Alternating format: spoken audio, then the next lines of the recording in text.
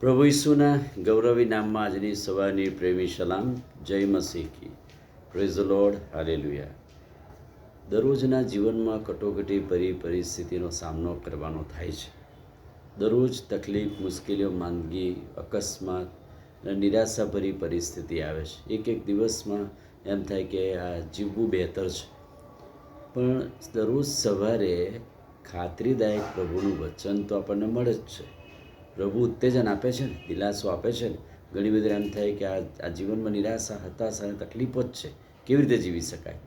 પણ દરરોજ સવારે જો પ્રભુનું વચન મનન કરીએ, પ્રભુનું વચન હાથમાં પકડીએ તો દરરોજ એક ખાતરીદાયક વચન પ્રભુ આપે છે. અને આ દિવસોમાં આપણને આ મનન દ્વારા દરરોજ એક ખાતરીદાયક વચન આપે છે કે તમે બીસો નહીં અને ગભરાશો નહીં.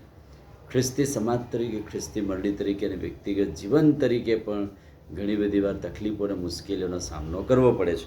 અને એ જ પ્રમાણે ઇઝરાયેલી પ્રજા હવે મિસરની ગુલામીમાંથી મુક્ત થઈને કનાન દેશ તરફ જઈ રહ્યા છે.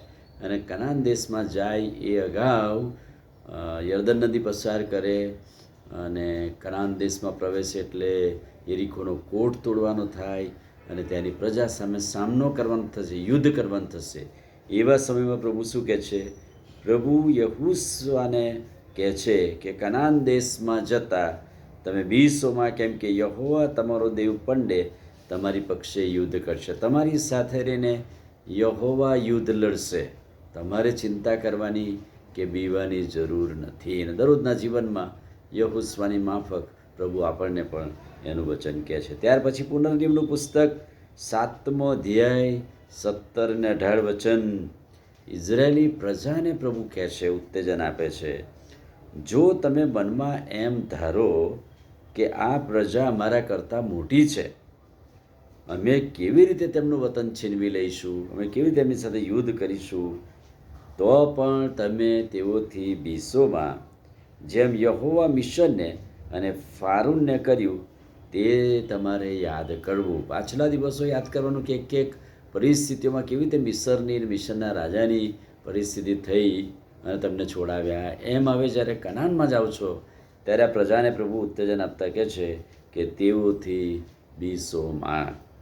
પુનર્નિયમનું પુસ્તક 20મો અધ્યાય 1-4 વચન પ્રભુ ઇઝરાયેલી પ્રજાને શું કહે છે?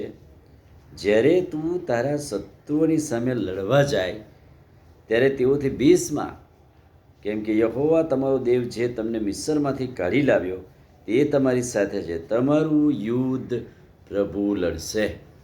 તમારે બીવાની, ગભરાવાની જરૂર નથી. પ્રભુ તમારી પક્ષે છે.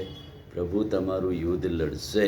અને ઘણી બધી વાર કટોકટીભરી પરિસ્થિતિમાં પ્રભુ એનું વચન દરરોજ ખાતરીદાયક આપે છે કે તમારે બીવું નહીં, ગભરાવું નહીં. તમારું યુદ્ધ એ મારું યુદ્ધ છે. તમારી સામે ગમે તેટલી પ્રજા પડશે, લોકો પડશે, પણ એ યુદ્ધ કરવા માટે હું તમારી સાથે છું. અને દરરોજનું ખાતરીદાયક વચન આપણે ખ્રિસ્તી જીવનમાં ઉત્તેજન આપે છે. આમીન. પ્રાર્થના કરીએ. વાલા પ્રભુ, આજે સવારે તમારા ખાતરીદાયક અદ્ભુત વચનને માટે આભાર. આજે સવારે પણ એવી નિરાશાભરી પરિસ્થિતિમાં ઉઠ્યા હોય પણ આજનું વચન એમને ઉત્તેજન આપે છે કે બીસો નહીં અને ગભરાશો નહીં. તમારું યુદ્ધ એ મારું યુદ્ધ છે અને તમારું યુદ્ધ હું લડીશ. કૃપા થવા દો, તમારું સામર્થ્ય આપો. પ્રભુ ઈસુના નામમાં માંગીએ છીએ, સાંભળો ને માન્ય કરો. આમીન. God bless you.